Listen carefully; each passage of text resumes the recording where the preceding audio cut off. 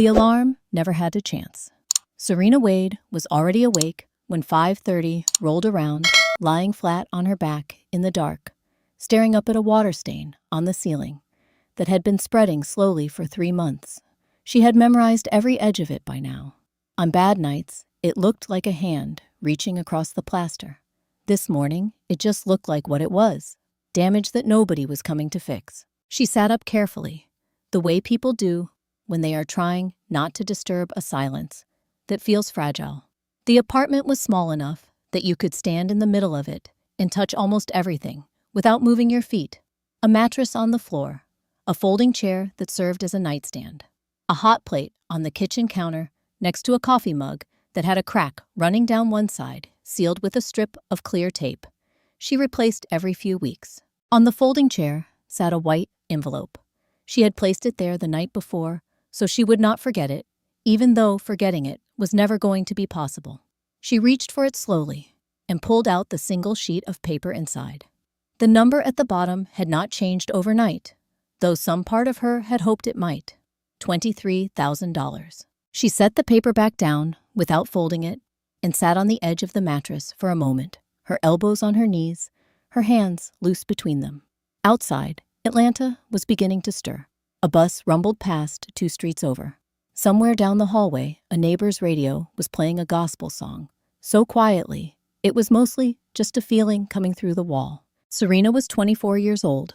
She had been on her own since 18, when the last foster placement ended and the system simply stopped calling. She had learned to cook on a hot plate sleep through street noise and smile at people who talked down to her without letting it show on her face. She had learned a lot of things that nobody put in a textbook. What she had not learned was how to make $23,000 appear from nowhere. She dressed quickly in the dark, pulling on a pair of jeans and a gray hoodie that had been washed so many times the fabric had gone soft as paper.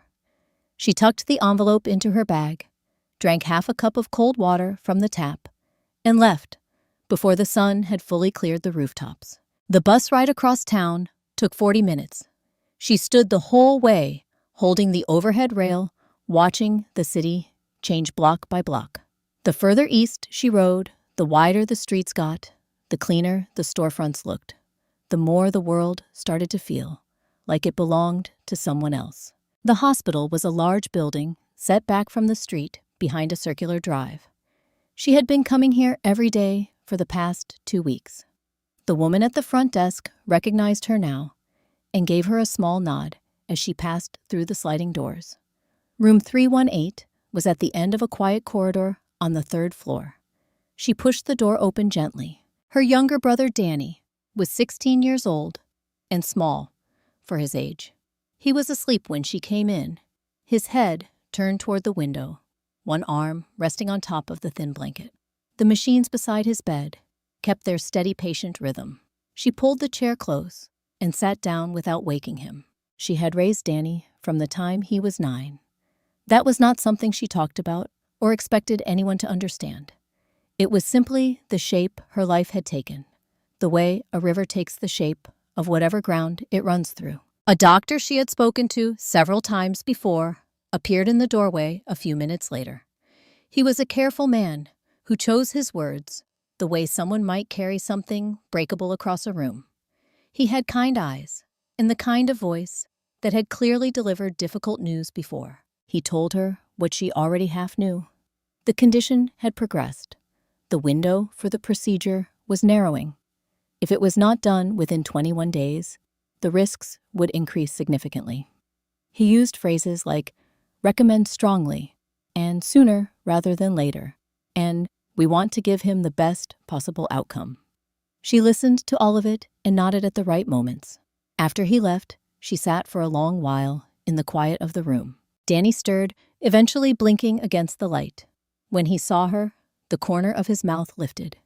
You didn't have to come this early, he said, his voice still thick with sleep.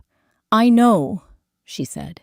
He looked at her the way he sometimes did, like he could see more than she wanted him to. You okay? I'm good, she said. Go back to sleep. He watched her for another moment, then closed his eyes. She waited until his breathing evened out again. Then she quietly took out her phone and opened her banking app. The number on the screen had not changed either. $47. She looked at it for a long time. Then she looked at her brother, at the slow rise and fall of his chest beneath the thin hospital blanket, and she put the phone back in her pocket without saying a word. $23,000. 47 in the bank, 21 days. She had survived a lot of things in her life. She was not sure, sitting in that chair in the pale morning light, exactly how she was going to survive this one. There were two versions of the hospital. The daytime version was the one most people knew. Bright lights, busy corridors, nurses moving with purpose, visitors carrying flowers, the faint smell of coffee mixing with antiseptic near the elevator banks. It was loud in the way that places full of hope and worry tend to be loud, with a kind of noise that had texture to it. The nighttime version was something else entirely. By 11 o'clock, the hallways of the fourth floor had gone quiet enough that Serena could hear the sound of her own mop handle scraping against the baseboard. The overhead lights had been dimmed to half power, casting everything in a dull yellow glow that made the white walls look faintly gray. The nurses at the station down the hall spoke in low voices. A door opened and closed somewhere, then silence again. Serena had been working the night cleaning shift here for 14 months. She had learned the rhythms of the building the way you learn the rhythms of any place you spend enough time in. Which floors stayed busiest past midnight? Which vending machine on which break room had the stuck button for the apple juice? Which hallways echoed and which ones swallowed sound? She worked steadily, the way she did everything. No rushing, no cutting corners, just the slow, methodical progress of someone who understood that the only way through a long night was one section at a time. She wrung out the mop, moved the yellow caution sign 3 feet to the left, and continued down the corridor. She was halfway through the east wing of the fourth floor when she heard the voices. They were coming from behind the door of one of the administrative offices near the end of the hall. The door was not fully closed. A thin line of light ran along the bottom edge, and through the gap came two voices, low and close together, the kind of voices people use when they do not want to be overheard. She could not make out the words at first. She kept moving, not because she was trying to listen, but because stopping would have felt strange. The mop made a soft, wet sound against the linoleum. She slowed her pace without meaning to.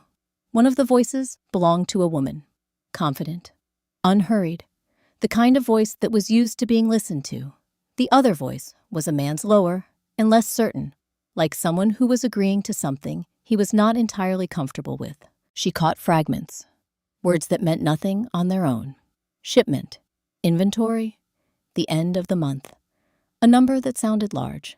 Then the woman's voice again, cleaner and more precise than the rest.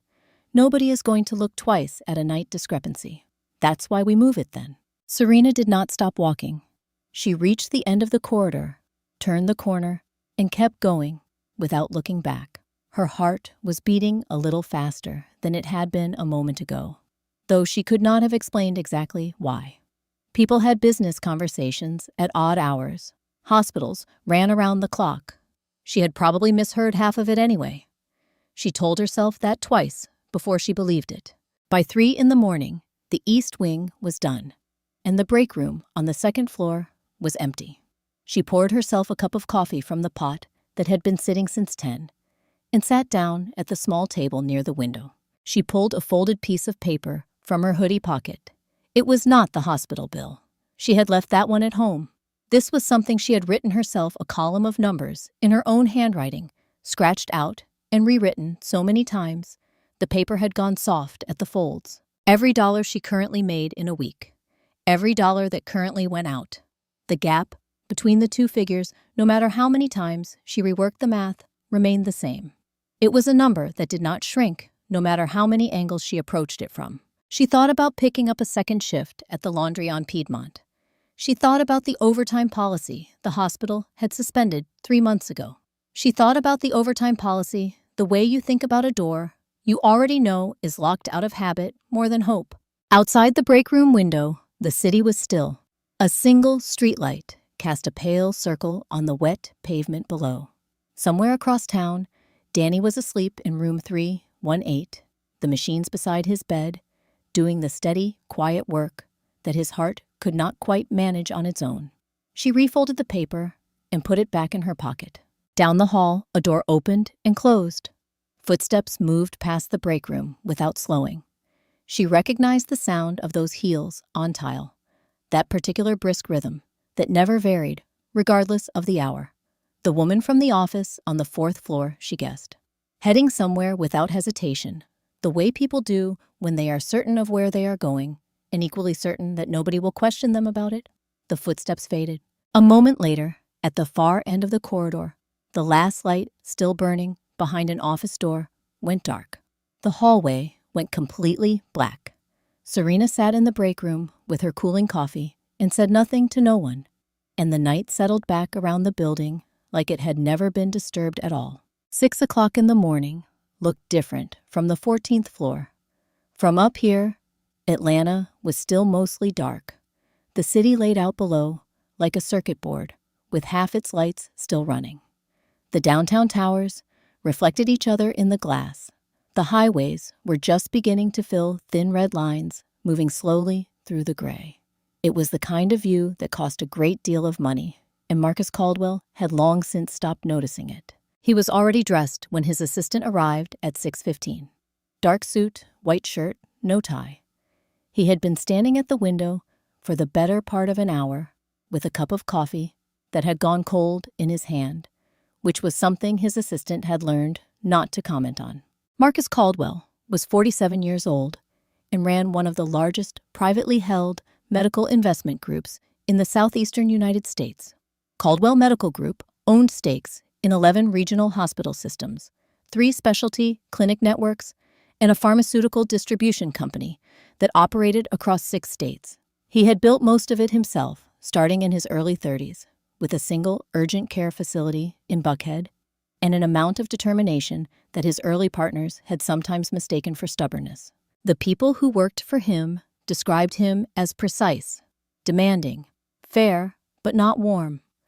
The kind of man who read every page of a contract himself and remembered the details of conversations that had taken place 2 years prior. He did not raise his voice. He did not need to. What those same people did not know, because he had never given them reason to, was that Marcus Caldwell had not slept more than 5 hours in a single night for the past 3 years. The morning briefing started at 6:30. 4 people around the conference table, tablets, open voices, crisp. His chief financial officer walked through the quarterly numbers on their pending acquisition of a mid-sized Atlanta hospital system. The target facility had been underperforming for 18 months. Revenue down, staff turnover up, 3 separate compliance reviews in 2 years, all of them inconclusive. "We close in 6 weeks," his CFO said, pulling up a summary slide. "Assuming the final audit comes back clean." Marcus set down his cold coffee. "It won't." The table went quiet. "The inventory discrepancies in the last 2 reports are too consistent to be accounting errors," he said. "Something is moving through that facility that isn't showing up correctly on paper." He looked at the slide without expression. "I want to walk the building myself before we finalize anything." His CFO glanced at the others. "We have people who handle site visits." "I know," Marcus said. "Schedule it for this morning." The meeting ended 20 minutes later. As the others filed out, his assistant, a composed young woman named Priya, who had worked for him for 4 years, lingered near the door. "The Mercy General visit," she said carefully. "Should I notify their administration in advance?" "No," Marcus said. He was already moving toward his office. "I'd rather see it as it actually is." Alone in his office, he stood for a moment in front of the large mahogany cabinet behind his desk. He entered the combination from memory and 4 digits he had never written down anywhere, and pulled open the heavy door. Most of what was inside was exactly what you would expect. Documents, a backup drive, an envelope containing the kind of personal paperwork people keep close when they do not entirely trust the world. On the middle shelf, resting on a small square of dark velvet, was a ring. It was a simple setting by the standards of what Marcus could have afforded. A single, round diamond, modest in size, set in a plain platinum band. The kind of ring that did not announce itself. His mother had chosen the stone herself, years before she became ill, and left instructions that it be reset after she was gone. He had not touched it in 3 years. He picked it up now and held it in the center of his palm. It was lighter than he always remembered it being. His mother's name had been Ruth. She had raised him alone after his father left when Marcus was 11, working 2 jobs for most of his adolescence, without once making him feel the weight of it. In her final months, when the illness had taken most of her strength, she had reached for his hand in the hospital bed and asked him one thing. "There's a family I need you to find," she had said. Her voice had been thin by then, careful with breath. "A woman named Eleanor. She was kind to me when I had no right to expect kindness. Promise me you'll find her. Promise me you'll make it right." He had promised. He had not kept that promise. 3 years of grief had a way of burying intention under its own weight, and the name Eleanor had stayed locked inside him the same way this ring had stayed locked inside the cabinet. Present, unaddressed. He closed his fingers around the ring for a moment, then slipped it into the breast pocket of his suit jacket. The pocket was slightly too large for it. He had lost weight in the past 3 years, more than he had intended to, and the suit had not been altered to account for it. The ring settled against the inner lining with a small, barely perceptible looseness. He did not notice. Priya was waiting in the hallway with his schedule and a fresh coffee when he came out. The elevator at the end of the corridor opened as he approached it. He stepped inside, and the doors closed behind him. The 14th floor disappeared above him as the elevator descended. In his breast pocket, against the silk lining of a suit jacket that no longer fit him quite the way it once had, the ring shifted with the movement of the car. Just slightly. Just enough. The morning shift started the same way every morning started. Serena signed in at the supply closet on the 2nd floor at 7 o'clock, traded her bag for a cleaning cart, and took the elevator up to 4. The hospital had a different energy at this hour than it did at midnight. Busier, louder, the kind of controlled motion that made you feel, if you were part of it, like a single gear in a machine that was too large to fully see. She was not part of it exactly. She moved through it. The 4th floor hallway stretched in both directions, from the elevator bank lined with administrative offices on one side and a row of narrow windows on the other. Morning light was coming through those windows, now low and sharp, cutting across the linoleum in long, pale rectangles that shifted as the clouds moved outside. She started at the far end and worked her way back toward the elevators, the way she always did. Cart first supplies, within reach, earbuds in, with the volume low enough to hear if someone called her name. A podcast she had been listening to in 15-minute increments for the past 3 weeks. Something about people who had rebuilt their lives from nothing. She listened to a lot of those. She was about 12 feet from the elevator bank when the light caught something on the floor. It was small, easy to miss, set just slightly apart from the baseboard, close enough to the elevator doors that it could have slid there from almost any direction. The morning light hit it at exactly the right angle, and for just a moment, it threw a tiny sharp reflection across the wall beside it there, and gone so fast, she almost convinced herself she had imagined it. She stopped the cart, crouched down. It was a ring.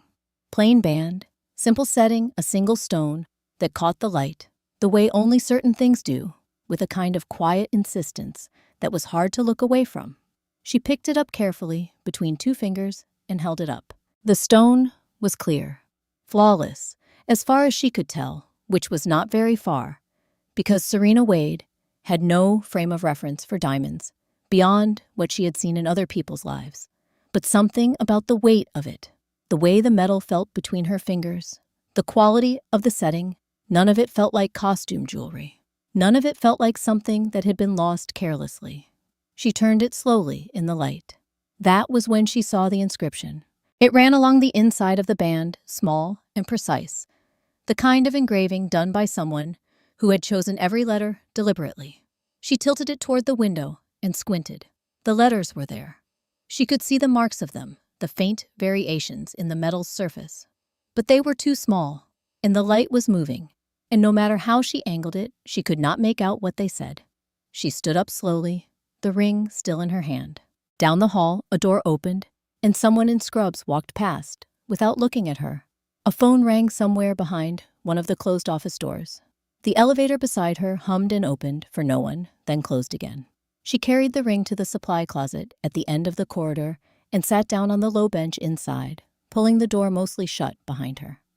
She set the ring on her knee and looked at it in the steadier light of the single overhead bulb. Then she took out her phone. She was not proud of the next 4 minutes. She told herself later that it was just information, that knowing the value of something you found was not the same as deciding what to do with it, that anyone would have looked. She typed a description into the search bar. Round, diamond, platinum band, simple solitaire setting. She added the words value estimate and hit search. The results came back in seconds. She read the first 3 listings.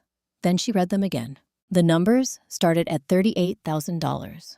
One comparable listing was listed at $52,000. Another at $61,000 described as investment quality, flawless clarity. She set the phone face down on her knee. $61,000. She thought about Danny. She thought about the paper in her hoodie pocket with the column of numbers that never came out right. She thought about $23,000 and $47,000 in the bank in 21 days, and all the math she had already done 100 times that always ended the same way. For a long moment, the supply closet was very quiet. Then she thought about her mother. Not a memory, exactly, more like a presence. Eleanor Wade had worked in this building for 11 years. She had worn the same pair of nursing shoes until the soles were smooth. She had come home smelling like antiseptic and made dinner anyway. And never once, not once, in all the years Serena could remember, brought home something that did not belong to her. Serena picked the ring up off her knee and closed her fingers around it. She sat there for another moment. Then she stood up, pushed the supply closet door open with her shoulder, and stepped back out into the hallway. Not to disappear with it, to find whoever had lost it. Sandra Reeves had not become the night operations manager of a major Atlanta hospital by being careless.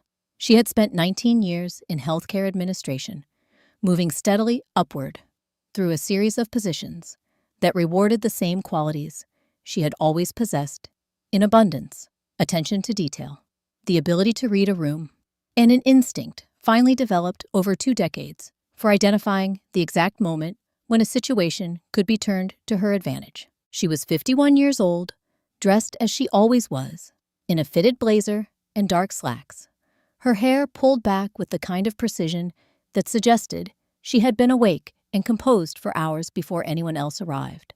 Her office on the 4th floor was small, but organized to within an inch of its life. Everything on her desk had a place.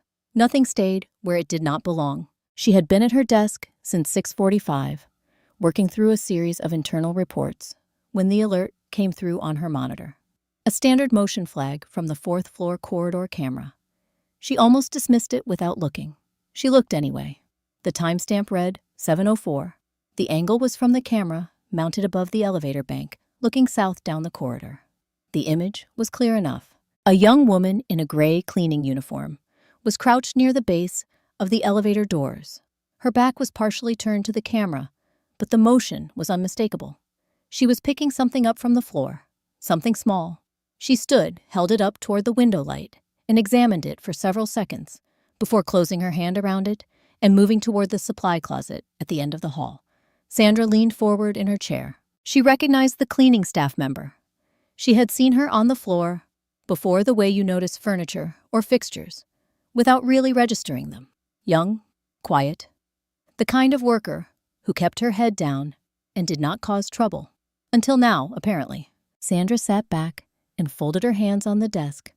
She thought for a moment precisely, and without hurry, the way she thought, through every problem that came across her desk. She considered what she had seen. She considered what it meant, and then she considered something else entirely. Marcus Caldwell was scheduled to arrive at Mercy General within the hour. She had known about the visit since early that morning, when her contact at the corporate office had sent her a 2-word message. He's coming. She had spent the better part of the last 90 minutes making certain that everything that needed to be in order was in order, and everything that needed to be invisible was invisible. The last thing she needed today of all days was a complication. And yet, she looked at the frozen image on her monitor again. The cleaning woman's closed fist, the elevator bank behind her. Sometimes, complications had a way of resolving other complications if you were paying attention. She reached for her desk phone and dialed an internal extension. It rang twice before a man's voice answered flat and professional. "Security desk." "It's Sandra Reeves," she said. Her voice carried the particular tone of someone who did not expect to repeat themselves. "I need Ray in my office. Now." Ray Donovan had been the head of security at Mercy General for 6 years. He was a broad-shouldered man in his mid-50s who wore his authority the way some people wore cologne consistently, and in slightly too large a quantity.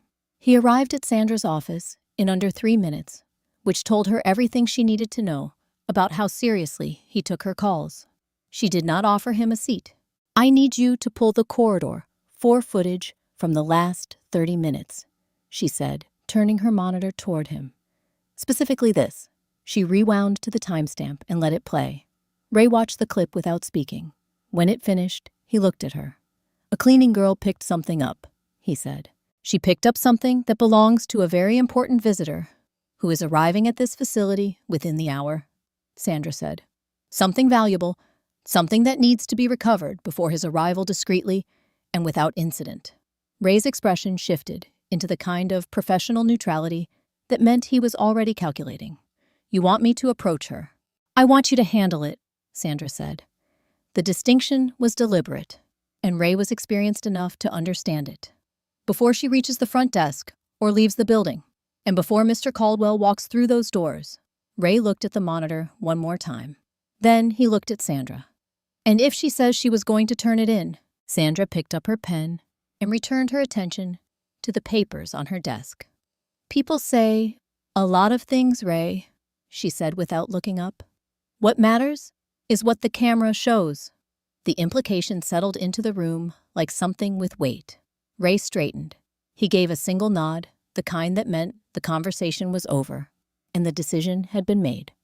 He turned and walked out of the office. Sandra listened to his footsteps recede down the hallway, steady and unhurried, moving in the direction of the main corridor on the first floor. She set her pen down and looked at her monitor again. The frozen image of the cleaning woman's closed hand, the elevator, the empty hallway. She had not planned for this particular morning to go this way, but she had learned a long time ago that the best opportunities were rarely the ones you arranged yourself. Serena had made harder decisions than this one. That was what she told herself as she stepped out of the supply closet and back into the fourth-floor hallway, the ring closed inside her fist. She had decided. The decision felt clean, the way certain decisions do when they align with something deeper than logic. She would take it to the front desk. She would explain where she found it. She would let someone who knew what they were doing figure out the rest. Simple. Straightforward. The right thing. She took the elevator down to the first floor and stepped out into the main corridor. The lobby level of the hospital was fully awake by now. Visitors moved through the sliding entrance doors with the particular purposefulness of people who had somewhere important to be. A woman in a yellow cardigan was arranging a flower arrangement near the information desk. 2 orderlies pushed an empty gurney toward the east wing. The overhead lights were bright and even, and the whole space carried the organized hum of a building running at full capacity. Serena had taken maybe 20 steps toward the front desk when Ray Donovan stepped into her path. She had seen him before, in the way you see someone who occupies the edges of a space, without ever being the center of it. Big man security uniform, a face that had settled into permanent assessment. She had never spoken to him directly. He was not smiling now. "Hold on a second," he said. Not a question. She stopped. "I was just going to the front desk. I found something upstairs, and I want to turn it. I'm going to need you to come with me." The words were patient. The tone was not. Around them, the corridor continued its morning motion, but a few heads had already turned at the edge of Serena's vision. "I found a ring on the 4th floor," she said carefully. "Near the elevator bank. I was bringing it down to turn it in." "We can talk about that somewhere private," Ray said, already moving to position himself slightly beside and behind her, the way people do when they want to guide someone without technically touching them. "I'd rather just turn it in at the desk," she said. He looked at her the way people look at something they have already decided about.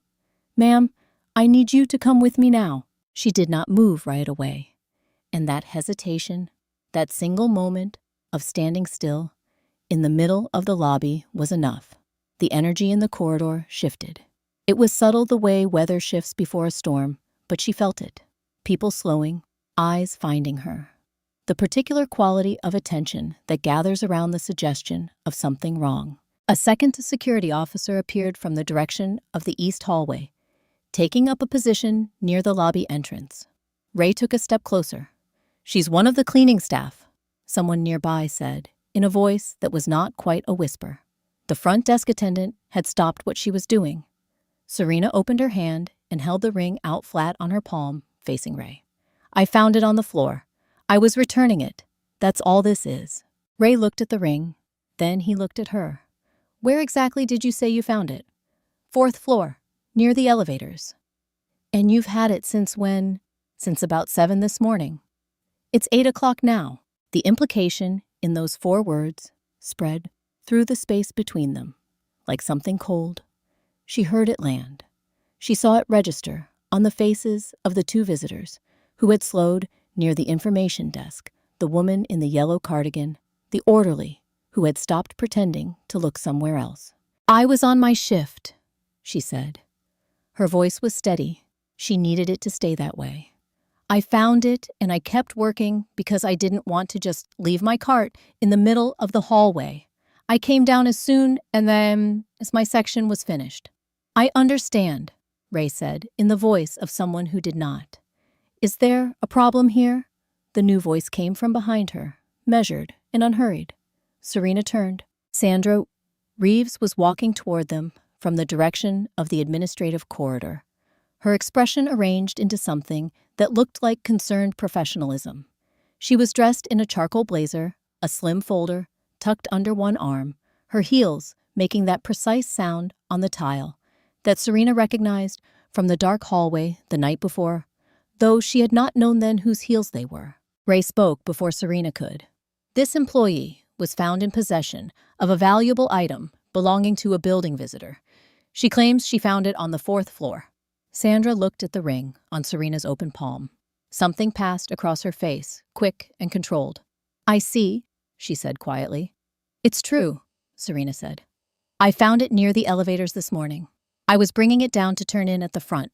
The item was reported missing from a visitor who was on the 4th floor earlier this morning," Sandra said, addressing the space between Serena and Ray in the careful tone of someone presenting facts rather than accusations. "A visitor of considerable importance to this facility." "I didn't take it from anyone," Serena said. "It was on the floor." Sandra looked at her, then directly for the first time. Her eyes were calm and entirely unreadable. "No one is saying you did anything intentionally," she said, which was exactly the kind of sentence that communicated the opposite of what it claimed. Around them, the lobby had gone quiet in patches. A small cluster of visitors near the entrance had stopped moving. One of the nurses at the far desk had turned in her chair. "I've worked here for 14 months, Serena said. Her voice had dropped without her meaning it to. "I have never once—" "I understand," Sandra said again, and this time the word closed like a door. She turned to Ray. "Please process the situation through the standard protocol."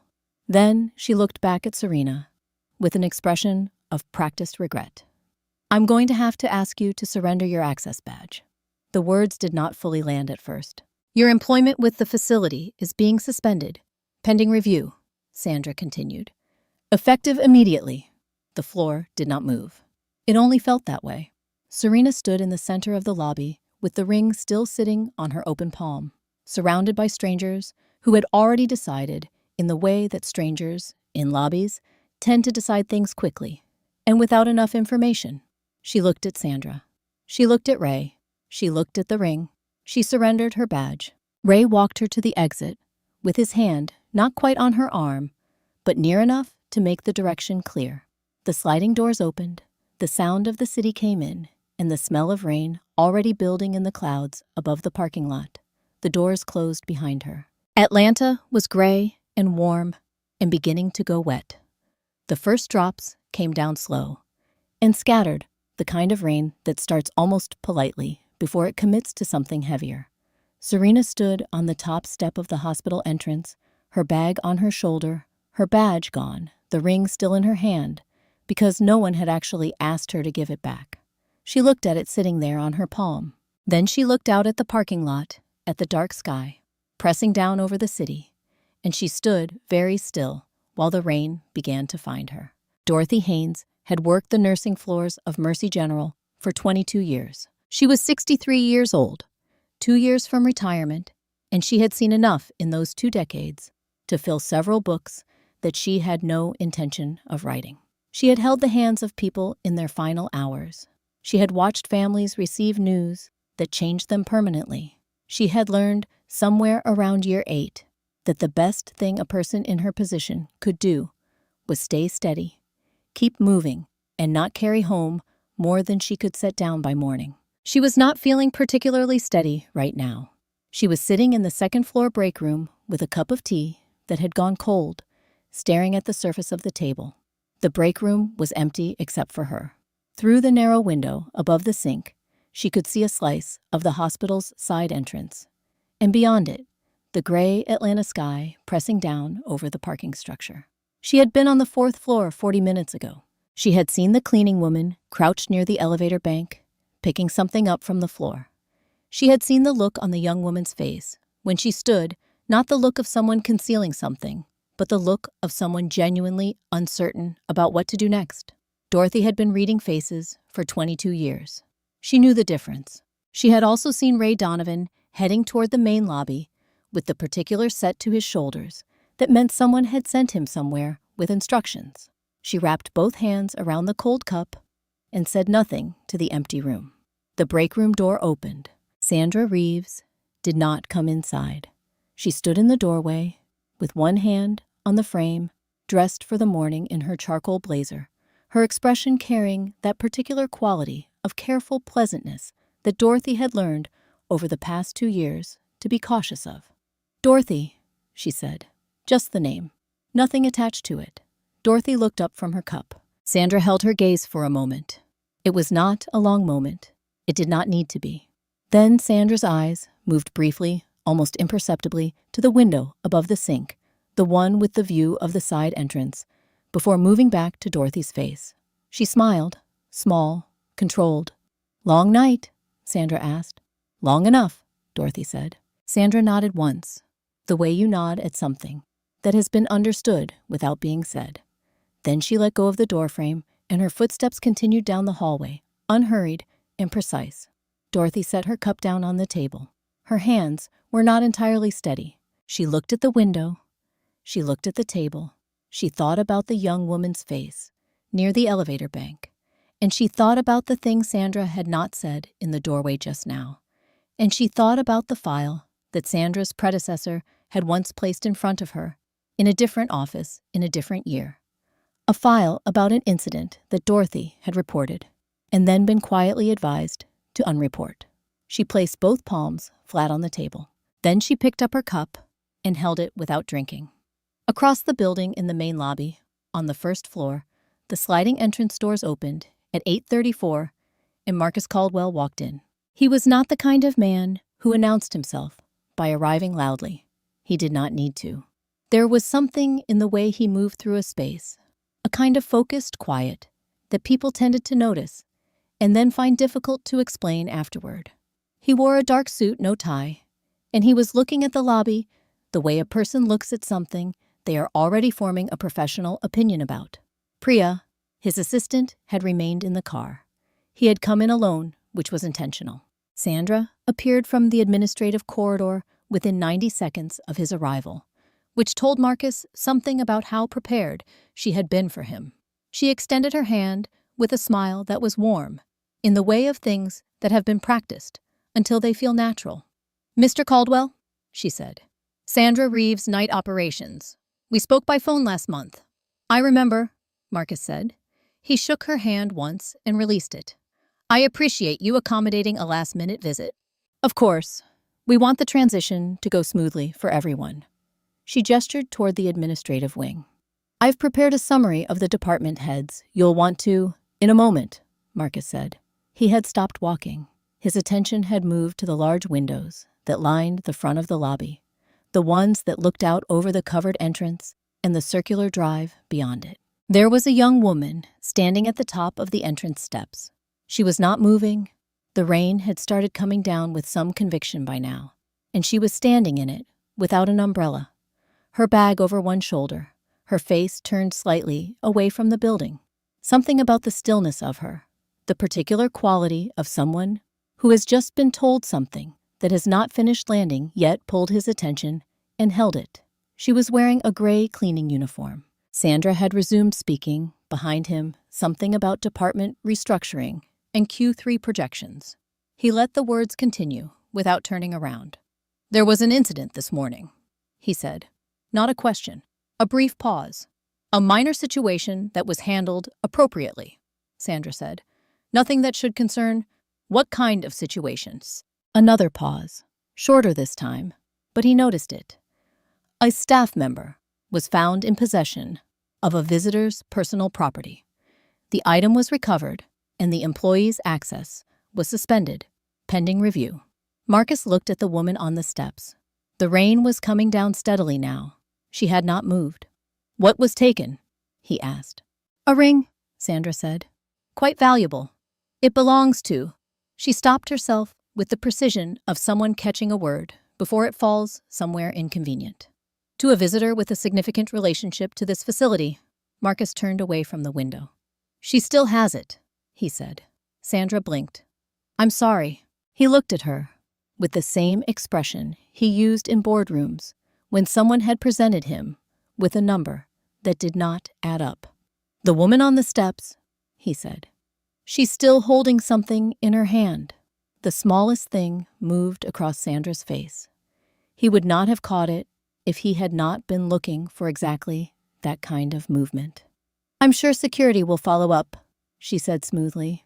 "What exactly was she doing with it when she was found?" Marcus asked. "She was in the lobby," Sandra said. "In possession of the item."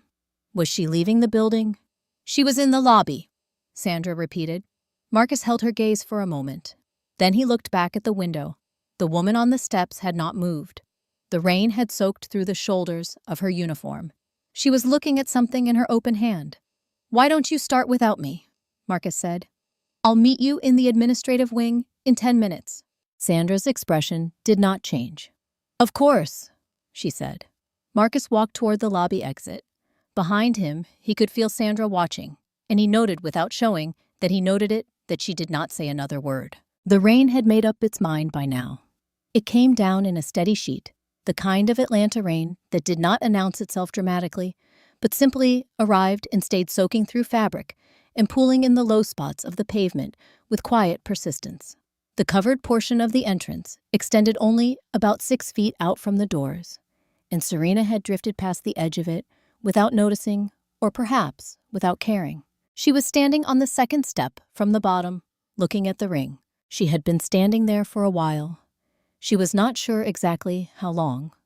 Long enough for her uniform to go dark across the shoulders. Long enough for the initial shock of what had happened inside to settle into something slower and heavier that she recognized from other points in her life. The particular weight of being told, without anyone quite saying it directly, that you were exactly what people had already decided you were before you opened your mouth. She was not crying. She had made a decision somewhere around year 19 that she would not cry in front of institutions. Buildings did not deserve her tears. The people who ran them even less so. She heard the door open behind her. She did not turn around. Visitors came and went. She was no longer an employee of this building, and she had not yet figured out where that left her in relation to these steps, but she was not ready to move yet. and she was not going to pretend otherwise. The footsteps came down the steps and stopped, not beside her, one step below her, to her left, close enough to be deliberate, far enough not to crowd. She looked over.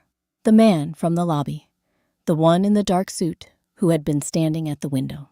Up close, he was older than she had registered through the glass, with the kind of face that had been serious for a long time and showed it. He was not carrying an umbrella either, which struck her as strange given everything else about him. He looked at the step he was standing on, then sat down on it. Just like that.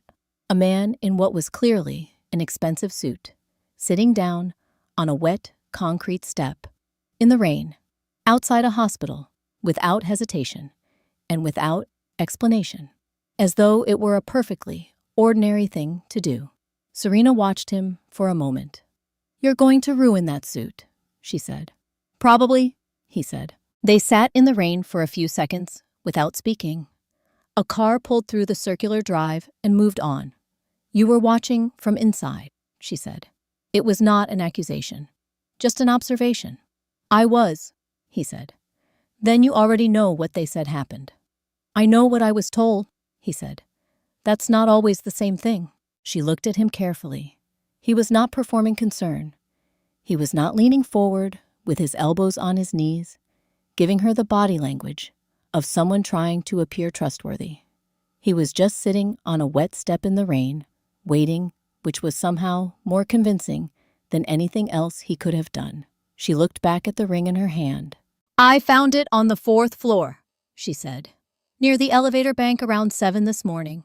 I was on my cleaning shift. I picked it up because it was in the middle of the floor and I didn't want it to get kicked under something." She paused. He did not fill the pause. "I took it to the supply closet and looked at it," she continued. "I could see there was an inscription inside, but I couldn't read it. The letters were too small." She turned the ring slightly in her fingers. "I knew it was worth something. I'm not going to pretend I didn't think about what that meant." "But you didn't leave with it," he said. "No. Why not?" She considered the question the way it deserved to be considered, not deflecting it with something easy. "Because it belonged to someone," she said. "And because I knew what my mother would have thought of me if I hadn't." The rain came down between them in the parking lot. A gust moved through and scattered the drops sideways for a moment before they straightened again. "I was walking to the front desk when your security officer stopped me," she said. "I had the ring in my hand. I wasn't hiding it. I wasn't heading for the exit. I was going to the desk." She said it without heat, without urgency, just the plain shape of what had happened. "I've been working here for 14 months without an incident. I don't have a record. I don't have anything." She paused. "I had $47 in my bank account this morning, and I still didn't take it." Something shifted in his expression. Not dramatically, just a small adjustment, the kind that happens when a person recalibrates. "The ring," he said after a moment. "May I see it?" She hesitated. Then she held it out on her palm. He looked at it without touching it for a moment. Then he picked it up carefully, the way you handle something that matters, and held it up toward the pale light filtering through the clouds. He was still for a long time, looking at it with an expression she could not fully read. Then he closed his fingers around it gently and stood up. He turned to face her, and for the first time since he had come outside, something moved behind his eyes that she could not categorize. Not pity, not the performance of fairness. Something older than either of those things. "Wait here," he said. He turned and walked back up the steps toward the entrance. The doors opened for him, and he went through without looking back.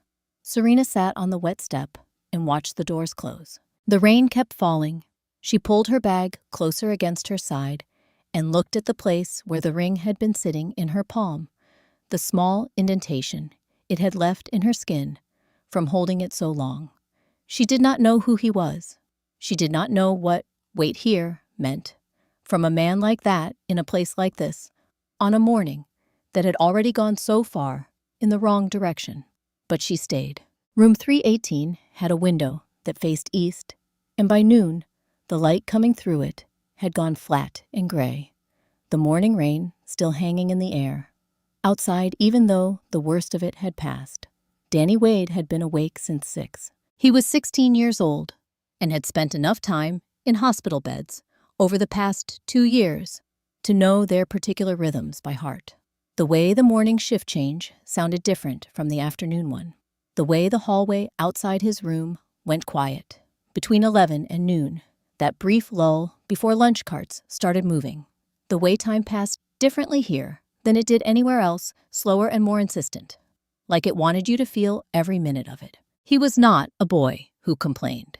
Serena had never heard him complain, not once, not even during the worst stretches, and he considered this a point of quiet pride. He read when he could. He did his schoolwork on a tablet the hospital had loaned him. He asked the nurses questions about how things worked, the equipment, the medications, the procedures, because understanding things was the only way he knew to make them less frightening. This morning, he had not been able to focus on any of it. The day nurse, a steady woman named Patrice, who had been on his floor for several months and had a habit of being more honest with him than some adults thought appropriate for a teenager, had stopped by at 9:30. She had not said much.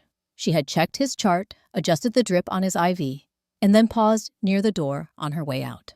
"Your sister had some trouble downstairs this morning," she said carefully. "She's okay, but she had to leave the building." Danny had looked at her. What kind of trouble?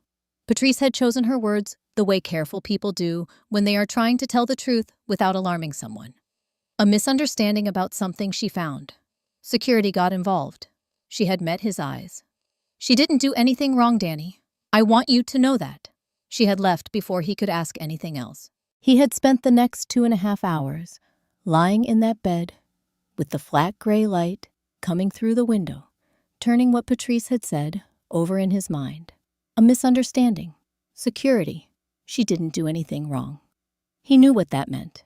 He knew exactly what that meant because he had been in this building long enough to understand certain things about how it operated, and he had been carrying one of those things around inside him for 3 weeks, like a stone he could not put down. He had not told Serena. He had told himself it was because he did not want her to worry. That was partly true.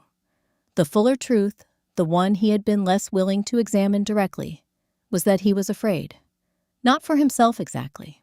Afraid of what happened to people who made noise in the wrong direction in places where the wrong people had authority. He was staring at the ceiling when the door to his room opened at 12:15. The man who came in was not a doctor. Danny could tell that immediately. He was dressed in a dark suit, and he moved through the doorway with the kind of self-possession that had nothing to do with medical authority and everything to do with a different kind entirely. He was older, maybe late 40s, with a face that suggested he had spent a long time paying close attention to things. He stopped just inside the door. "Danny Wade." Danny sat up slightly against his pillow. "Yeah, my name is Marcus Caldwell," the man said. "I'm looking into some things that happened in this building today. A nurse downstairs told me you might be willing to talk." He paused. "You don't have to." Danny looked at him for a moment. "You were with my sister," he said. "Outside this morning." Marcus nodded once. "I was. Is she okay?" "She's in the waiting area on the first floor," Marcus said. "She's dry and she's safe." Something in Danny's chest loosened by about 1 degree. He looked at the window, then back at the man in the suit. "What do you want to know?" Marcus pulled the chair from beside the window and sat down without being invited, which Danny noted was the kind of thing people did when they intended to stay. "Tell me about Sandra Reeves," he said. The name landed in the room the way certain names do when they carry weight. Danny did not answer immediately. He looked at his hands on top of the blanket. His left hand, the one closer to the monitoring equipment, was not entirely steady. "She runs the night operations," he said. "I know what her title is," Marcus said. His voice was patient, not pressing, just present. "I'm asking what you know about her." Danny was quiet for a long moment. In 3 weeks, he had said nothing. He had told himself there was no one to tell, no one who would listen, no one with enough standing to do anything with what he knew. He had told himself that Serena had enough to carry without adding this to it. He had told himself a lot of things, and most of them had felt true enough to hold until right now. He looked at Marcus Caldwell, sitting in the chair by the window, A man who had gone outside and sat on a wet step in the rain to talk to his sister, and he made a calculation. 3 weeks ago, Danny said slowly. I couldn't sleep. It was around 2 in the morning. I got up to walk the hall for a bit. He paused. The 4th floor has a small lounge at the end of the east corridor. I went up there because the vending machine has better options than the one on 3. Marcus said nothing. I heard voices from one of the offices. The door wasn't all the way closed. Danny's jaw tightened slightly. I heard Ms. Reeves talking to someone about equipment, medical supplies, which ones were being marked as damaged for disposal, and which ones were actually being moved somewhere else. She used specific numbers, specific dates. He stopped. Did you record it? Marcus asked. Quiet, direct. Danny reached for the phone on his bedside table. His hand was not steady, but it did not stop moving. He found the file. He pressed play. The room, which had been very still, became stiller. Sandra Reeves's voice came through the phone speaker with the particular clarity of a recording made in a quiet corridor, late at night, unhurried and precise, the voice of someone who had no reason to believe anyone was listening. The recording lasted 4 minutes and 11 seconds. When it ended, the room held the silence, the way a room does after something has been said that cannot be unsaid. Marcus sat with the phone in his hand, not moving. Danny was watching him from the bed, his expression carefully neutral, in the way of someone who had learned to keep their reactions close until they understood which direction things were going to fall. Marcus set the phone down on the bedside table, slowly. You've had this for 3 weeks, he said. Yes. And you haven't told anyone. Danny looked at the window. I told you. Marcus was quiet for a moment. I need to make a copy of this recording, he said. With your permission. Danny nodded once. Marcus had just picked up the phone again when the door to room 318 opened. Sandra Reeves did not rush. That was the first thing Serena would have noticed if she had been there to see it. Sandra moved through the doorway with the same measured pace she used everywhere in the building, as though every space she entered had been expecting her. She was still in the charcoal blazer. She looked at Marcus first, then at Danny, then at the phone in Marcus's hand, and her expression did not change in any way that a camera would have caught. Mr. Caldwell, she said pleasantly, I didn't realize you'd come up to the patient floors. I had some questions, Marcus said. Of course. She looked at Danny then, and her voice shifted into something gentler. The register she likely used with patients and their families, warm and professionally concerned. How are you feeling today, sweetheart? Danny said nothing. Sandra moved to the foot of the bed with the ease of someone who belonged wherever she decided to stand. She picked up the chart hanging there, glanced at it briefly, and set it back. I try to check in on our longer-term patients when I can, she said to no one in particular. It's important that everyone here feels supported. She paused. Especially when they're facing something as significant as a major cardiac procedure. The word procedure landed in the room with more weight than its syllables should have carried. The surgical team is excellent, of course. Sandra continued her tone, still warm, still measured, still perfectly reasonable. Though, scheduling these things is always complicated. So many variables. Insurance reviews, availability of the right personnel. She tilted her head slightly. It can be a delicate process to coordinate. The timing has to be exactly right. Marcus had not taken his eyes off her. Danny's hand, resting on top of the blanket, had gone very still. I'm sure the team will do everything they can to move things along efficiently, Sandra said. She smiled at Danny, the kind of smile that showed the right number of teeth and reached nowhere near her eyes. We all want the best outcome for you. She set the chart back in its holder with a small, precise click. I'll let you both finish your conversation, she said to Marcus. Whenever you're ready, I've prepared those department summaries you requested. She moved toward the door. Take your time. She left without closing the door all the way behind her. The room was quiet again, but it was a different kind of quiet than the one the recording had left. That one had been heavy with information. This one was heavy with something else. Danny was staring at the half-open door. She knew, he said. His voice was flat. Not frightened exactly, but stripped of whatever steadiness it had carried before Sandra walked in. She knew I had it. Maybe, Marcus said. Not maybe. Danny looked at him. Something older than 16 was sitting behind his eyes right now. She's done this before. Said things that sound fine, but aren't fine. You have to know what you're listening for. Marcus looked at him for a moment. Then he stood and crossed to the door, pushing it open fully so the hallway was visible in both directions. He looked left, then right. The corridor was quiet. He came back to the chair, but did not sit. I want you to call me directly if anyone comes into this room that you don't recognize or didn't ask for, he said. He took a card from his jacket pocket and set it on the bedside table next to the phone. Anyone, day or night. Danny looked at the card. What about Serena? She's downstairs, Marcus said. I'm going to get her. He had moved back toward the door when it swung open from the other side, and Serena came through it, slightly out of breath. Her hair still damp from the morning rain. Her eyes going immediately to Danny, and then to Marcus, with the focused attention of someone who had been sitting in a waiting room, assembling worst-case scenarios for the past 3 hours. Someone told me you were up here, she said to Marcus. Then she looked at her brother. Are you okay? I'm fine, Danny said.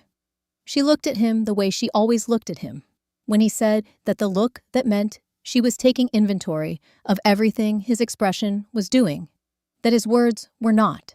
She crossed to the bed and took his hand, without making a production of it. What happened? She asked. Danny glanced at Marcus.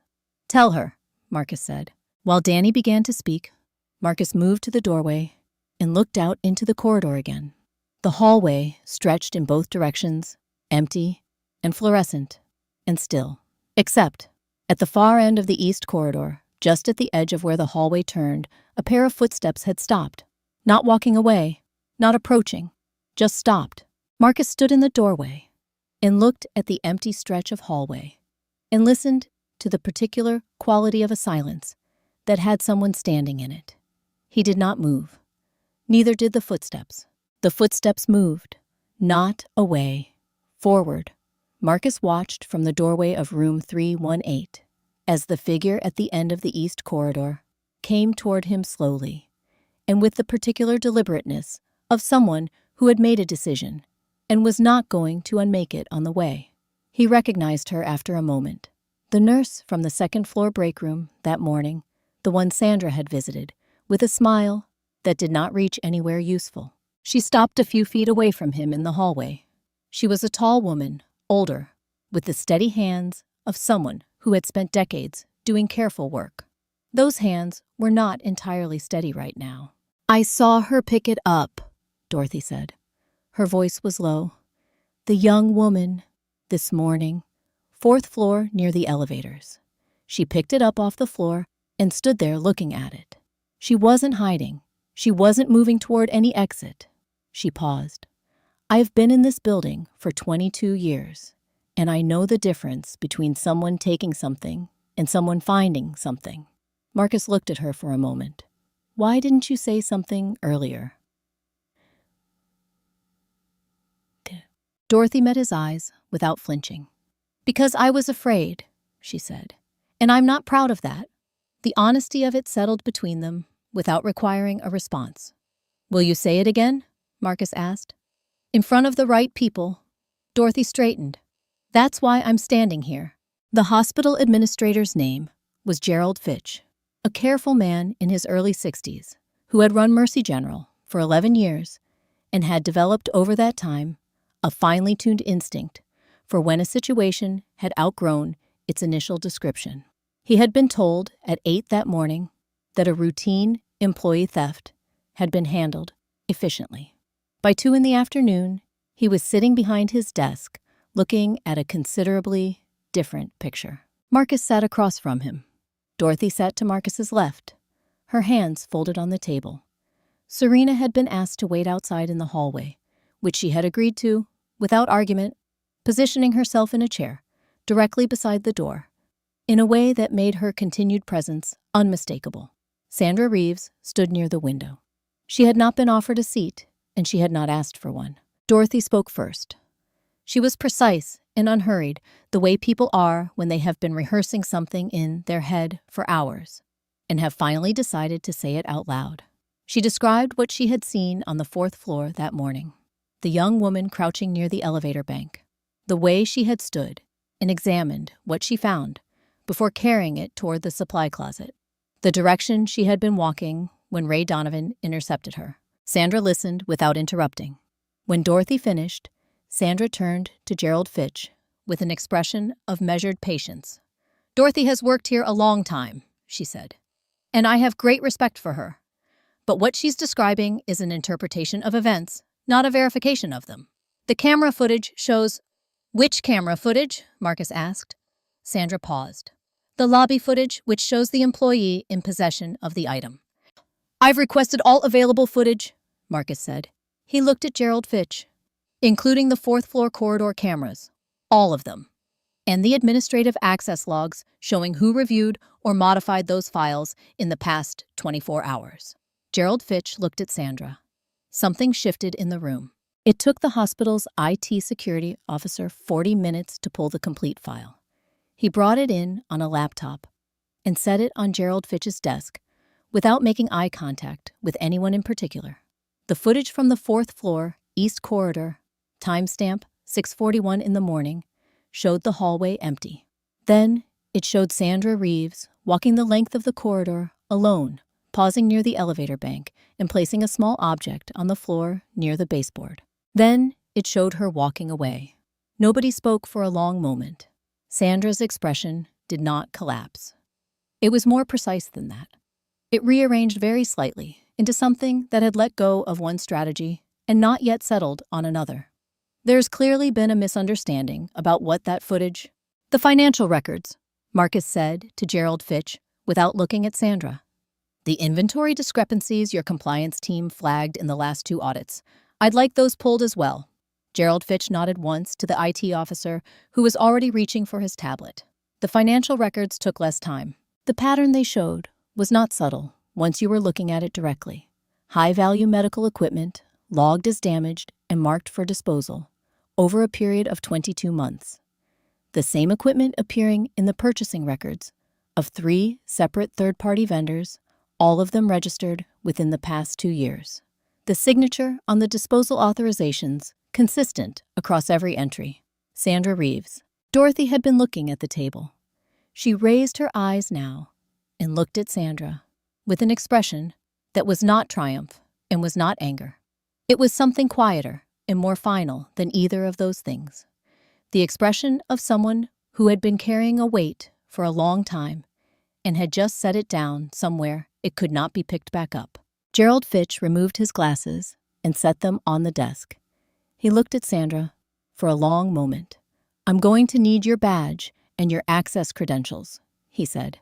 "Effective immediately. You're suspended pending a formal investigation." Sandra looked at him. Then she looked at Marcus.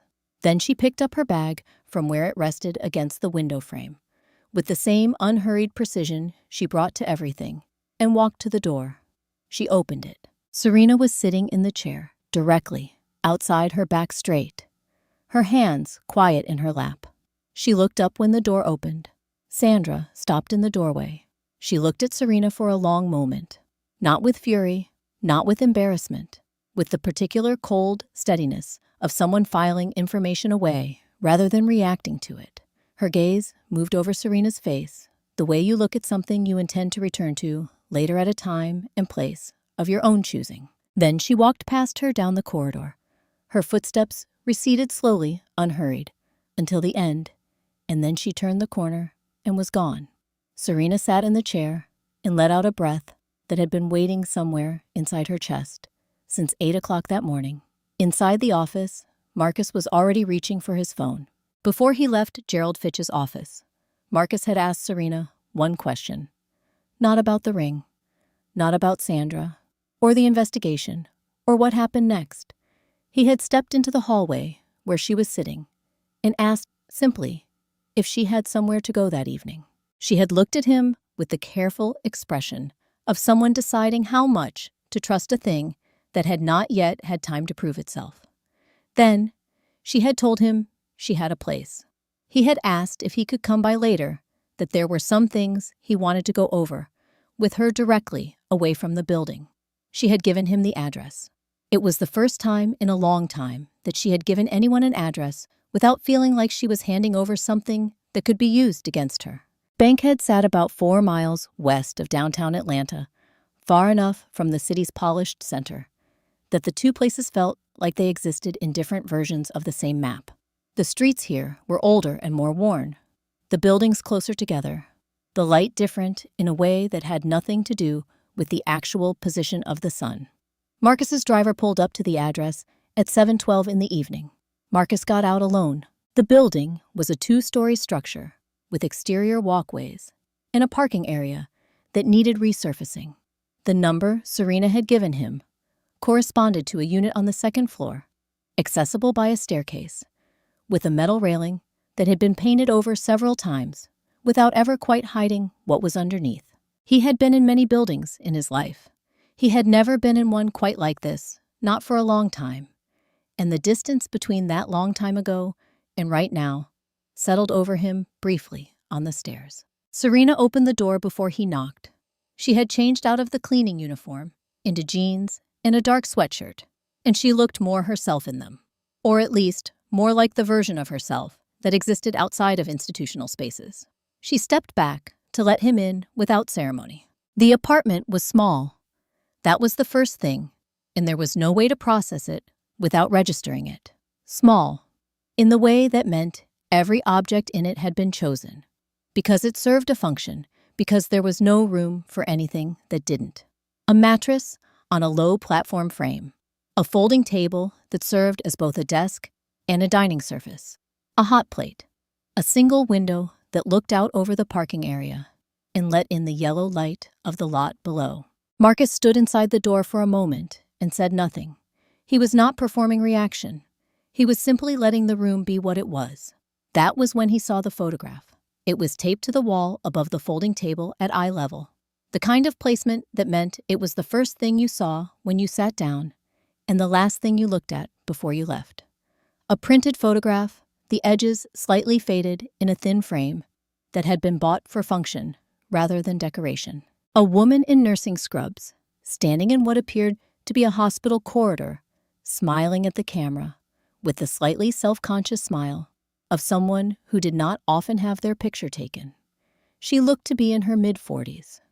Her eyes were warm and tired, in equal measure the eyes of someone who had been working hard for a long time and had made peace with that fact.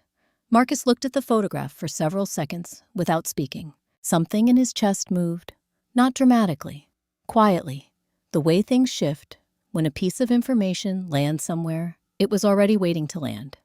"My mother," Serena said from behind him, "Eleanor Wade. She worked at Mercy General for 11 years. A pause. She passed away 4 years ago." Marcus turned from the photograph.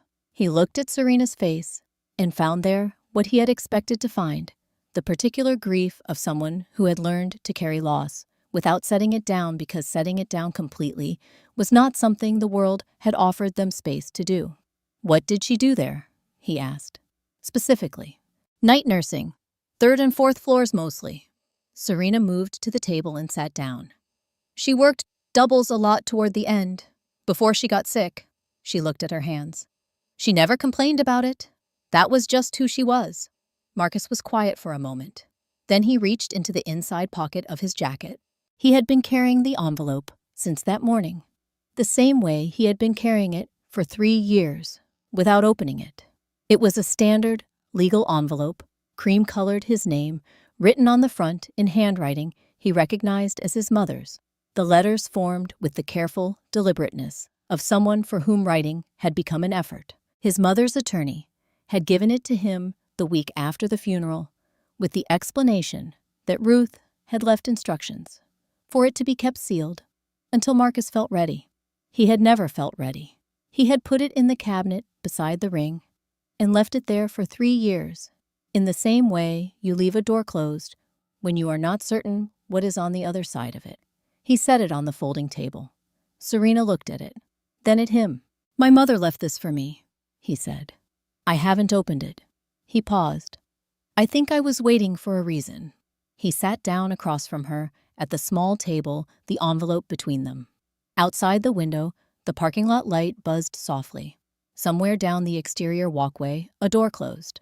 Marcus opened the envelope carefully, the way you open something that has been waiting for you. Inside were several folded pages, his mother's handwriting, filling them front and back, the letters smaller and more effortful toward the end of each page. He read in silence for a while. The room was quiet, except for the faint sound of the lot below and the occasional creak of the building settling around them. He turned a page. He turned another. Then his finger stopped. He did not speak. He did not look up immediately. He sat with his finger resting on a particular line of his mother's handwriting on a name she had written there, and something in the set of his shoulders changed in a way that was visible even from across a small table. He read the line again. Then he looked up at the photograph on the wall. Then he looked at Serena. He did not speak right away. That was the thing Serena noticed first. Not what he said, but the length of the silence. Before he said anything, the particular quality of it, the way it had weight and texture rather than just being the absence of sound. She had learned to read silences over the years, the way some people read weather. This one felt like the moment before something large and irreversible shifted. Marcus folded the letter carefully, not quickly, not with the efficiency of someone setting something aside. Slowly, the way you handle something you have been waiting a long time to understand and are not ready to put down yet. He set it on the table. Then he reached into his jacket pocket and took out the ring. He had been carrying it since that morning, since the moment he had stepped into the lobby of Mercy General, and Sandra had handed it back to him with her polished smile. He set it on the table between them beside the folded letter and looked at it for a moment.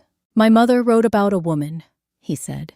His voice was even, careful, the voice of someone managing something from the inside. A nurse who worked at Mercy General. She said this woman had been kind to her during the months she was ill. Not just professionally kind, he paused. The kind of kind that costs something, that comes from a place people don't usually reach into for strangers. Serena was very still across the table. She wrote that she owed this woman something she had never found the right way to repay, Marcus continued. She said she had tried once and been turned down, and that the woman had told her that no repayment was necessary because it was simply the right thing to do. He looked at the ring. My mother wrote that she respected that answer and was humbled by it, and that she intended to find another way. The parking lot light buzzed outside the window. She didn't get the chance, Marcus said. He picked up the ring again. He turned it slowly in his fingers, the way he had done that morning in his office, without fully knowing why. And then he reached into his pocket for his phone. He turned on the flashlight. He held the beam close to the inside of the band, angling it until the light caught the engraving directly. He had owned this ring for 3 years. He had never looked at the inside of it. His mother had given it to the jeweler for resetting after she became ill. She had handled all of that herself during a period when he had been focused on her treatment and not on the details she was quietly managing in the background. He had received it back after her passing with the rest of her effects and had put it in the cabinet and had not examined it closely, because examining it closely had not felt like something he was capable of at the time. He looked at it now. The letters were small and precise, the kind of engraving done with intention, each one deliberate. He tilted the beam and read them slowly, once to himself, his lips not quite moving. His hand was not steady. He read them again. Then he set the phone face up on the table, so the beam pointed at the ceiling, filling the small room with soft, diffuse light. He looked at the ring in his palm for a long moment. Something was moving across his face that he was not trying to control, which was notable because Marcus Caldwell had spent the better part of 2 decades being very deliberate about what his face did in front of other people. She had it engraved, he said. His voice had changed. Still quiet, but different now. The way a room sounds different when something structural has shifted inside the walls. Before she gave it to the jeweler, she had a message put inside it. Serena watched him without speaking. He looked up at her. Then he read it aloud. "Find Eleanor's daughter," he said. "She needs what we owe her." The words sat in the air of the small apartment, the way certain words do, without dissipating, taking up actual space.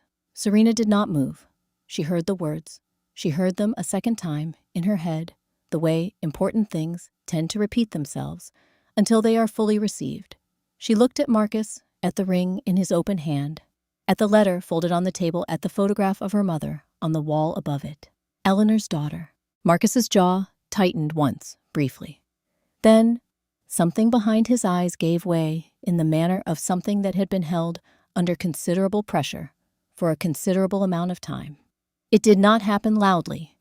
It was not dramatic in the way that moments like this sometimes are in the telling.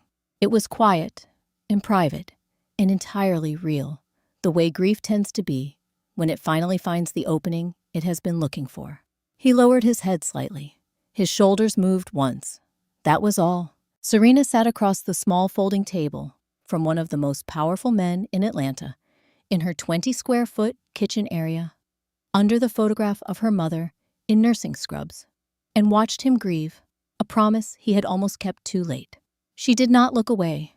She did not say anything to fill the silence, because the silence did not need filling.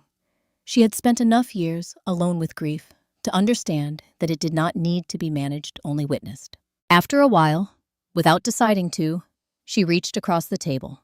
She placed her hand over his, over the hand that was still holding the ring, and she left it there. He did not pull away. Outside Atlanta moved through its evening the way it always did, indifferent and continuous traffic and lights and the ordinary machinery of a city that did not know or particularly care that in a small second-floor apartment in Bankhead, something that had been lost for a long time was in the process of being found. Serena sat in the quiet and felt for the first time in more years than she could accurately count that the walls of the room around her were not closing in. They were simply walls, and she was not alone in the room. They left Bankhead a little before 9. Marcus drove. Serena sat in the passenger seat of a car that was quieter and more expensive than anything she had ever been inside, and neither of them felt the need to fill the 40 minutes with conversation. Some things once said create a kind of silence around themselves that is not uncomfortable. It is simply the space that the words need in order to settle. The hospital parking structure was half empty at that hour. Marcus pulled into a spot near the elevator and turned off the engine. He sat for a moment with his hands in his lap. "I'll be in the hallway," he said. "All night if that's what it takes." Serena looked at him.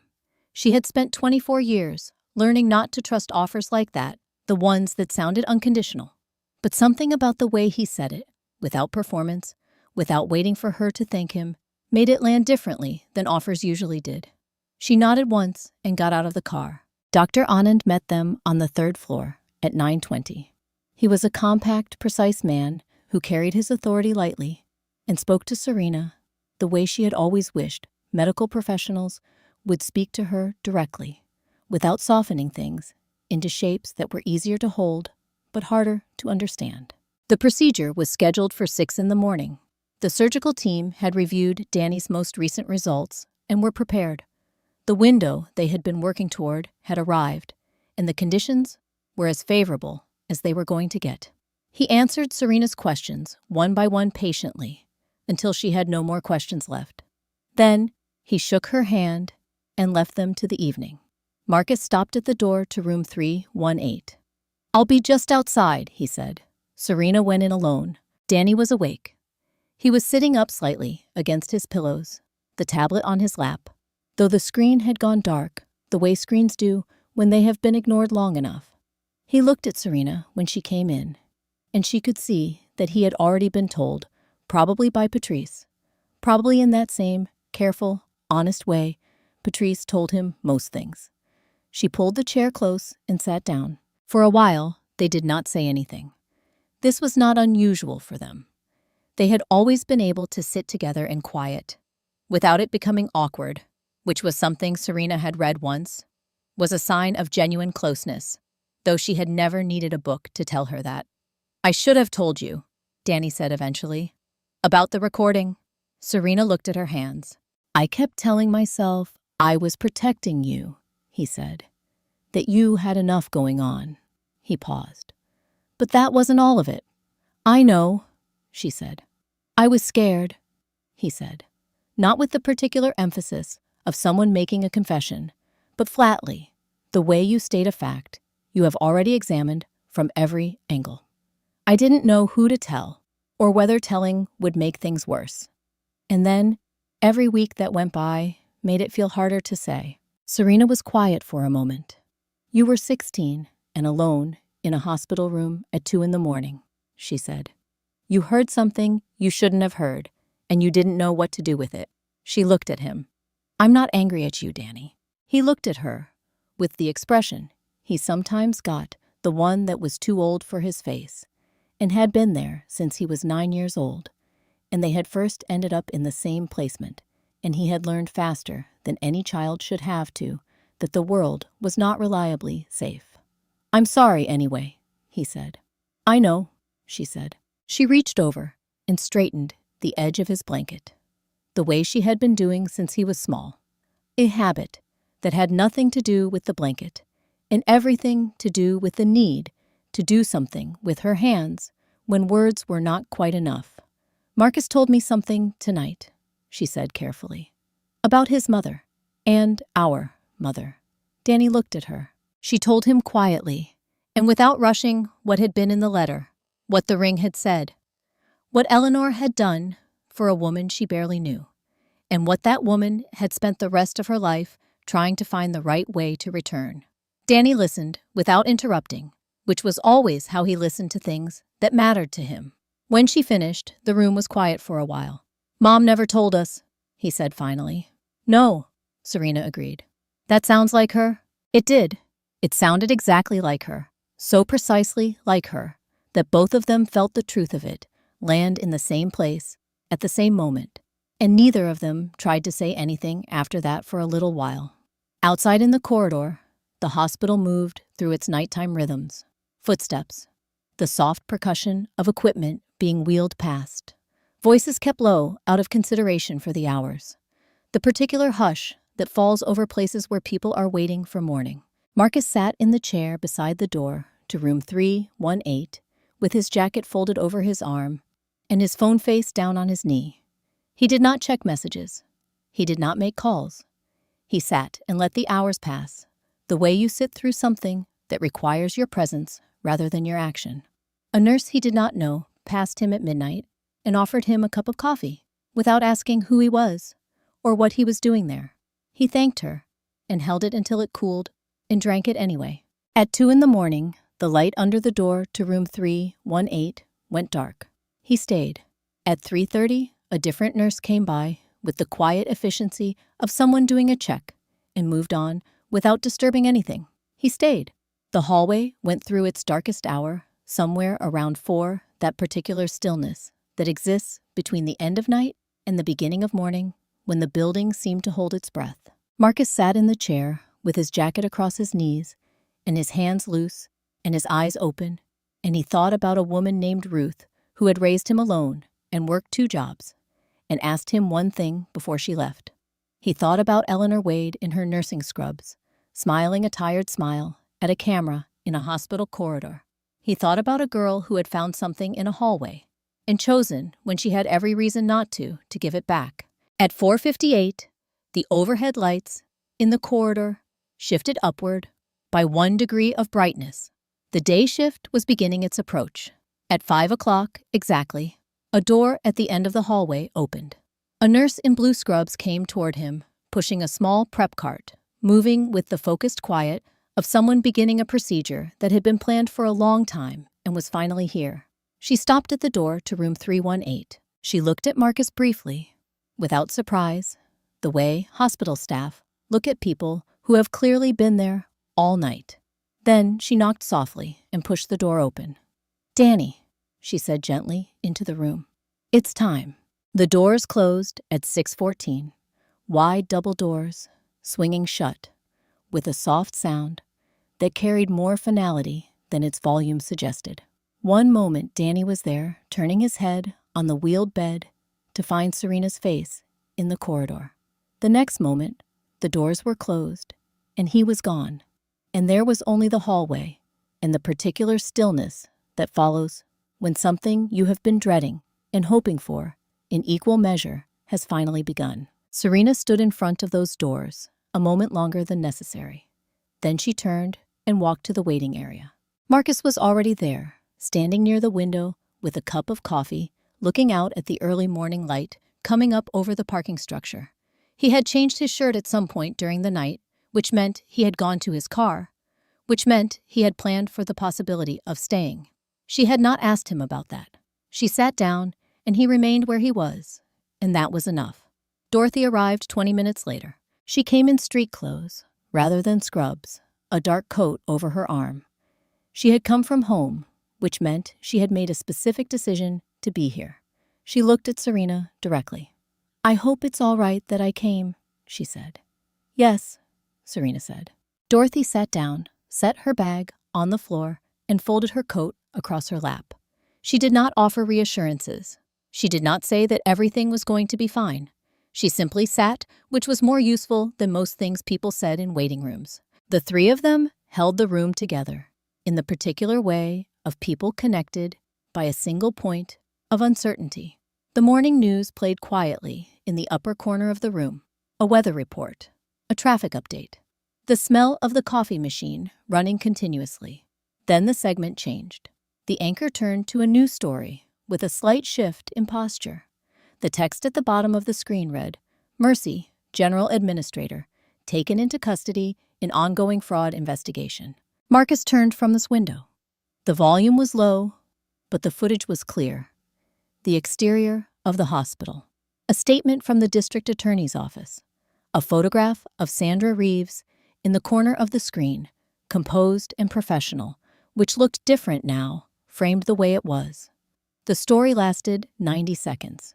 When it ended, the waiting room was quiet. "I knew something wasn't right for a long time," Dorothy said. "I should have spoken sooner." "You spoke when it counted," Serena said. "It shouldn't have taken that long." Dorothy looked at her hands. She did not ask to be absolved of that, and Serena did not try to absolve her. Some things were true and needed to be held rather than dissolved. Marcus brought Serena a coffee without asking and sat down beside her. Not across the room, one seat over. The hours passed the way hours pass in waiting rooms, which is to say, without grace and in increments that felt longer than their measure. 7 became 8. 8 became 9. Serena did not check her phone. She did not read. She sat with both hands around the cup and breathed the way she had taught herself to breathe through things beyond her control, steadily, deliberately, one breath at a time. Dorothy's book sat open on her knee the entire morning. Serena never once saw her turn a page. Somewhere around 9:30, a family down the hall received news that was not good. The sounds that followed were the kind that move through walls, regardless of how thick they are. The three of them sat with those sounds for a few minutes, not speaking, not looking away from what was happening on the other side of the wall. Then quiet returned. Marcus looked at his hands. Dorothy looked at the window. Serena looked at the door. At 9:47, footsteps approached from the surgical corridor, more purposeful than the general morning traffic, moving without hesitation toward a specific destination. The door opened. Dr. Anand came through in his surgical cap and gown mask, pulled below his chin. He looked at Serena with the composed expression of a man who understood that the seconds before he spoke were among the most significant seconds in the lives of the people waiting for him. Serena stood up. Her legs were not entirely steady. She did not reach for anything to hold.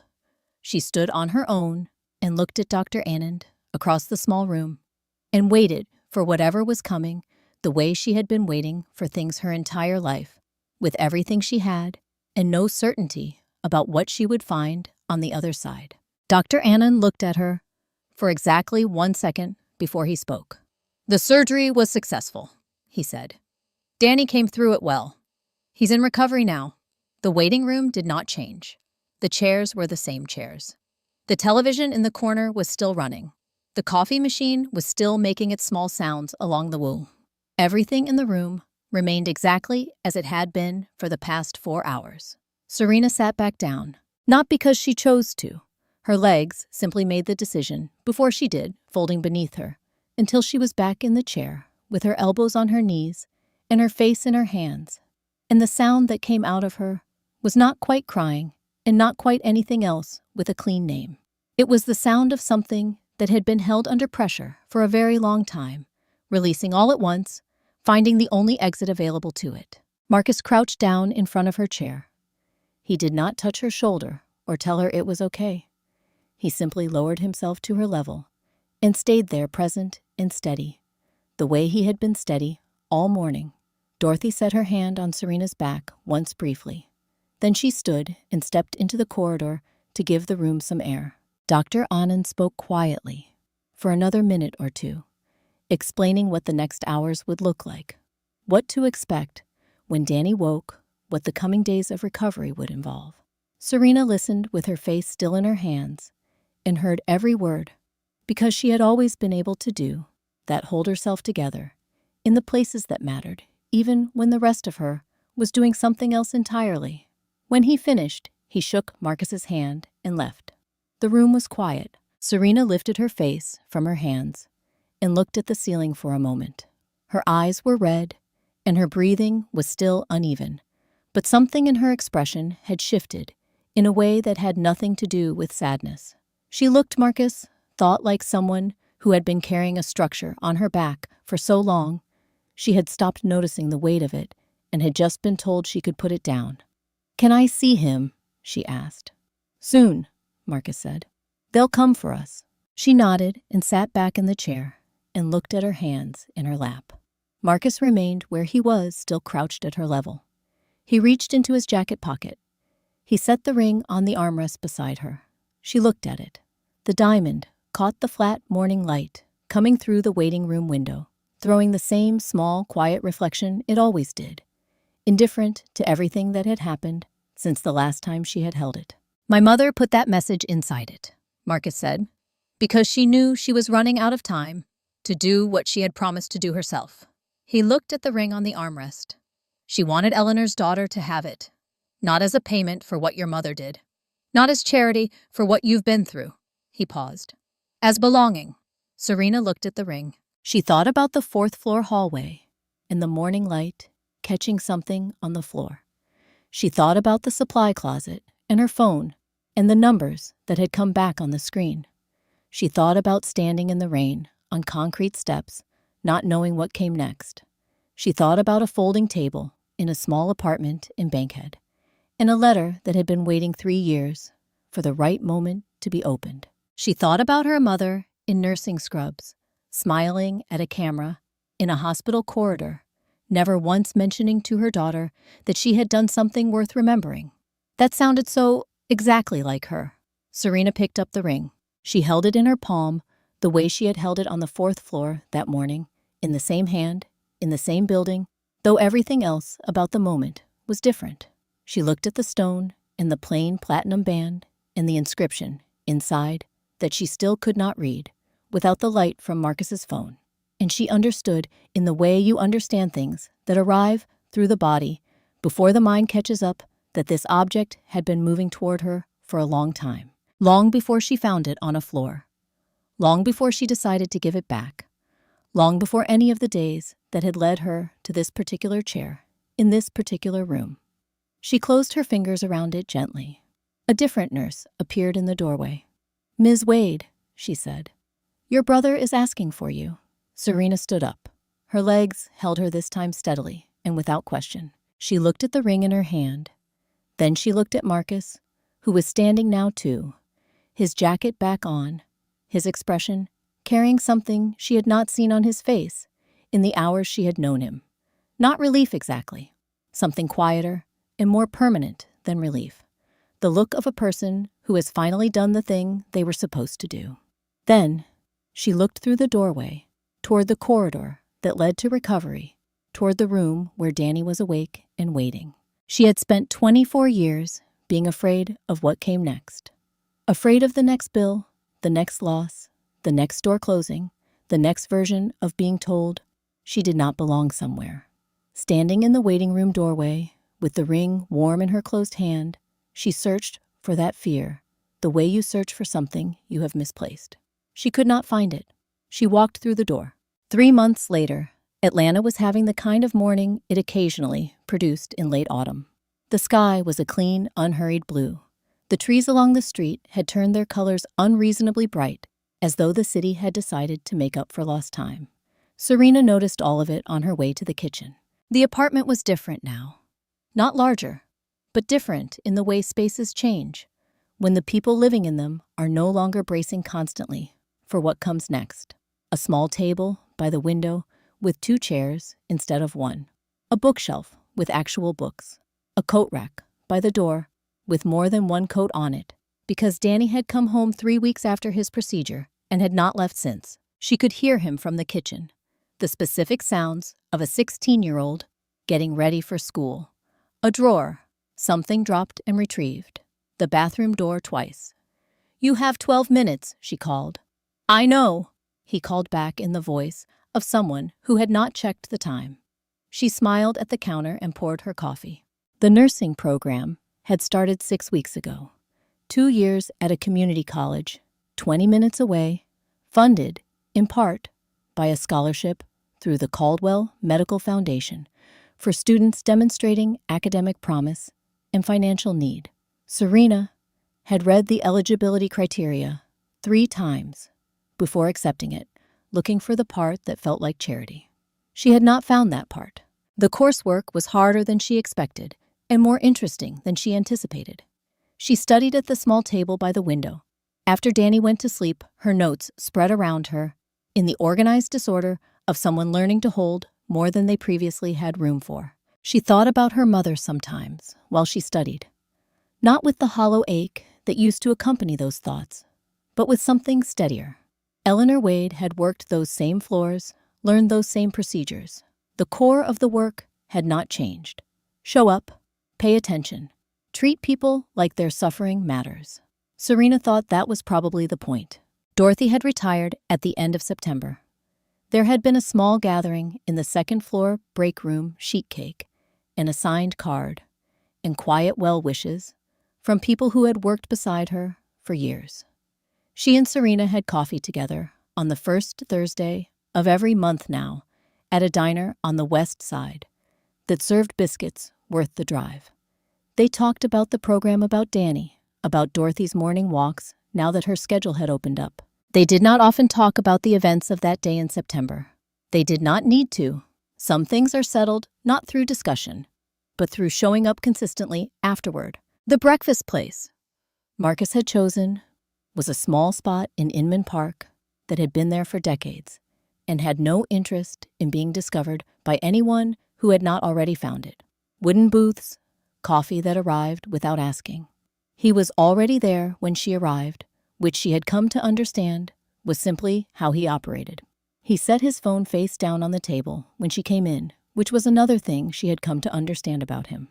"Danny make it to school?" he asked. 4 minutes to spare, she said. "Personal best." He smiled. A real one, not large or performed, just present. They talked for an hour about the program, about Danny's follow-up appointments, which had been consistently good, about a decision Marcus was considering regarding the foundation's structure, which he discussed with her, not because he needed her approval, but because he valued her perspective.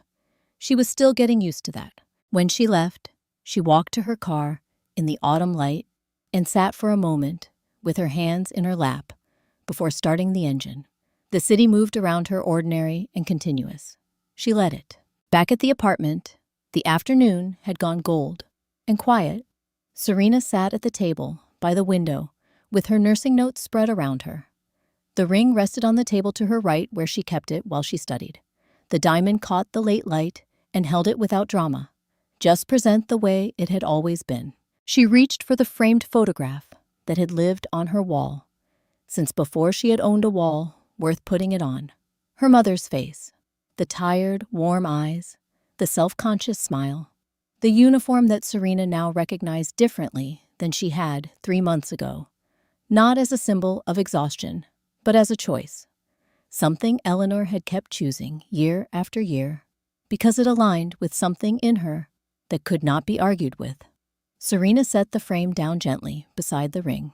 The two objects sat together on the table in the late autumn light, a photograph and a ring, a woman who had given quietly, without asking to be found, and the evidence that she had been found anyway, just later than anyone had planned. Serena looked at them for a long moment. Outside, Atlanta was doing what it does in late autumn when it decides to be generous. The light came through the window at the angle that made everything look deliberate. The sky was the blue that follows a long time of gray. She had a full pot of coffee, 3 chapters to read before Thursday, a brother who would walk through the door in a few hours, making too much noise and not enough apology for it. She opened her notebook. She was not afraid of tomorrow. For the first time in as long as she could honestly remember, she was simply curious about it. If Serena's story stayed with you, share it with someone who needs to be reminded that honesty still matters. And if you believe kindness is never wasted, let us know in the comments. We read every one.